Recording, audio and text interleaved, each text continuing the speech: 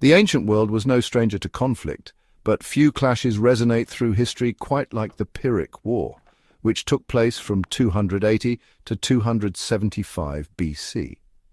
This war was not just a mere confrontation, it was a monumental struggle that showcased the might and strategies of two powerful entities.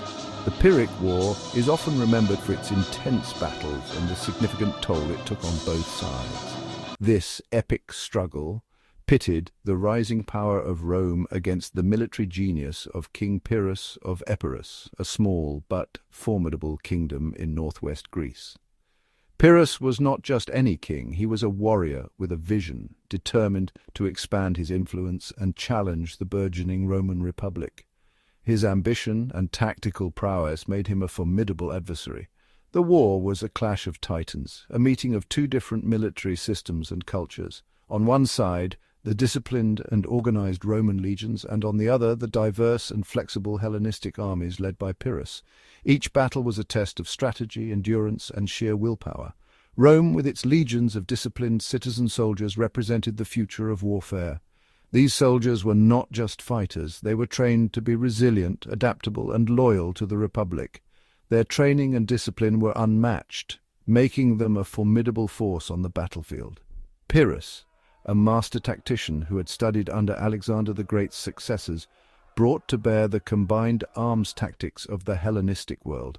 His army was a blend of different units, each with its own strengths, working together in harmony.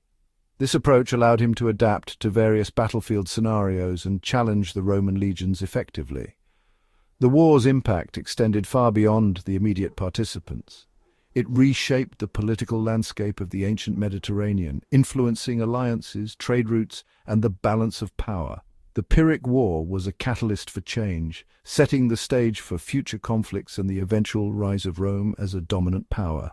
It marked a turning point in the struggle for supremacy in the Western Mediterranean, setting the stage for Rome's eventual dominance. The lessons learned and the strategies employed during this war would be studied and emulated for centuries to come, influencing military tactics and political strategies. But perhaps the most enduring legacy of the Pyrrhic War is the term it bequeathed to us, a Pyrrhic victory, a triumph so costly that it is indistinguishable from defeat.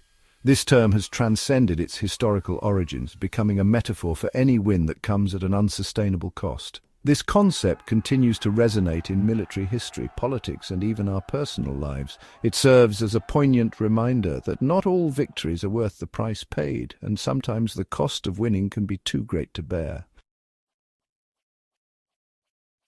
The roots of the Pyrrhic War lay in the complex web of alliances and rivalries that characterized the Hellenistic world. This period was marked by constant power struggles and shifting allegiances among the Greek city-states and their neighbors.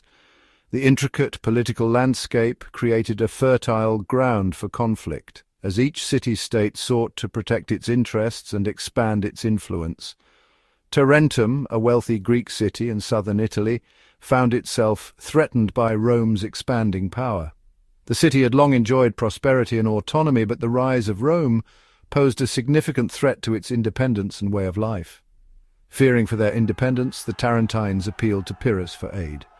They sent envoys to his court, pleading for assistance against the Roman threat. Pyrrhus, known for his military skill and ambition, saw this as a golden opportunity. An ambitious ruler with a reputation for military prowess, Pyrrhus saw an opportunity to expand his power and create a new Hellenistic empire in the West. He envisioned himself as a successor to Alexander the Great, bringing Greek culture and influence to new territories. For Rome, the conflict presented both a challenge and an opportunity. The Roman Senate debated the best course of action, weighing the risks and rewards of engaging with such a formidable opponent. They had never faced an opponent like Pyrrhus or his formidable army, which included war elephants, fearsome beasts unfamiliar to the Romans. These elephants were a symbol of Pyrrhus's strength and a psychological weapon against his enemies. However, the Romans were also aware of the potential rewards. A victory over Pyrrhus would not only secure their dominance in southern Italy, but also demonstrate their military might to other potential adversaries. Victory over Pyrrhus would solidify their control over southern Italy and pave the way for their future expansion. It would mark a significant step in Rome's rise to power, setting the stage for their eventual dominance over the Mediterranean world. In 280 BC, Pyrrhus crossed the Adriatic Sea with an army of 25,000 seasoned soldiers and 20 war elephants. His arrival in Italy sent shockwaves through the region. The Roman legions, confident after their recent victories against the Samnites and other Italian tribes, marched south to meet this new threat. The two armies clashed for the first time at the Battle of Heraclea, near the Tarentine coast. The Battle of Heraclea was a brutal and bloody affair. The Romans, initially caught off guard by the ferocity of the Epirote assault and the terrifying charge of the war elephants, fought with their characteristic tenacity. However, Pyrrhus's superior tactics and the impact of his elephants eventually carried the day. The Romans were forced to retreat, leaving Pyrrhus master of the field. Despite his victory, Pyrrhus suffered heavy losses, a fact that prompted him to remark, "One more such victory and we are undone." This battle marked the origin of the phrase Pyrrhic victory. A year later, the two armies met again at Asculum. Once more, Pyrrhus emerged victorious, but again at a terrible cost. The Roman legions, though defeated, had inflicted heavy casualties on the Epirote army. With his forces depleted, Pyrrhus sought to break the stalemate. He accepted an invitation from Greek cities in Sicily who were struggling against Carthaginian aggression. Pyrrhus's intervention initially met with success. He drove back the Carthaginians and gained control over much of the island. However, his ambition and his harsh rule soon alienated his Greek allies. In 275 BC, with his Sicilian ambitions crumbling, Pyrrhus returned to Italy to face a resurgent Rome. The Romans, having learned from their earlier defeats, were now better prepared to face Pyrrhus's elephants. The two armies met at the Battle of Beneventum, a decisive engagement that would seal the fate of the war. The Romans, employing anti-elephant tactics like javelins and trumpets, routed Pyrrhus's army. The Battle of Beneventum marked the end of Pyrrhus's Italian campaign. This decisive battle was a turning point, not just for Pyrrhus, but for the entire region. The clash of armies echoed through the valleys and hills, leaving a lasting imprint on the landscape and the people. Defeated and disillusioned, he returned to Epirus with a shattered army. His once formidable force was now a shadow of its former self, the soldiers' spirits broken by the relentless Roman legions. The dream of expanding his empire into the west had crumbled. The war had a profound impact on both sides. It reshaped the political and military landscape of the ancient world. The artifacts and ruins left behind tell a story of transformation, of cultures clashing and merging, of victories and defeats that would shape the future. For Rome, the Pyrrhic War was a costly but ultimately successful test of its strength. The Roman soldiers, though battered and bruised, celebrated their hard-won victory. It was a testament to their resilience and determination. It demonstrated the resilience of the Roman Republic and its ability to learn from its enemies. The Senate took note of the lessons learned, refining their strategies and tactics. This adaptability would become a hallmark of Roman military prowess.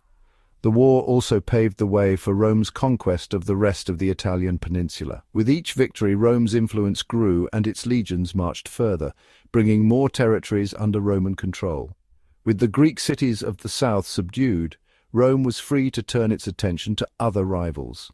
The once vibrant Greek cities now lay in ruins, a testament to Rome's growing power and ambition. For Epirus, the war proved to be a disaster. The kingdom was left weakened and vulnerable, its resources depleted, and its people demoralized. The once great power of Epirus was now a shadow of its former self. Pyrrhus's dreams of a Western empire lay in ruins, and his kingdom was left weakened and vulnerable. The cost of his ambition was high, and the consequences were felt for generations. He would die a few years later, fighting in another conflict in Greece. His legacy, however, would live on, a reminder of the fleeting nature of power and the enduring impact of war. The Pyrrhic War gave birth to a term that has resonated through the ages, a Pyrrhic victory. It describes a triumph achieved at such a high cost that it is tantamount to defeat. The concept of a Pyrrhic victory is a powerful reminder that not all victories are created equal. Sometimes the pursuit of victory at any cost can be self-defeating. This idea has relevance far beyond the battlefield. In politics, business, and even our personal lives, we often face situations where the pursuit of a narrow goal can lead to unintended consequences. The Pyrrhic War stands as a testament to the enduring power of the human spirit, both in victory and defeat. It is a story of ambition and hubris, of courage and resilience, and the enduring legacy of a victory that was also a defeat. The war reminds us that the true measure of success lies not just in achieving our goals, but also in the price we are willing to pay for them.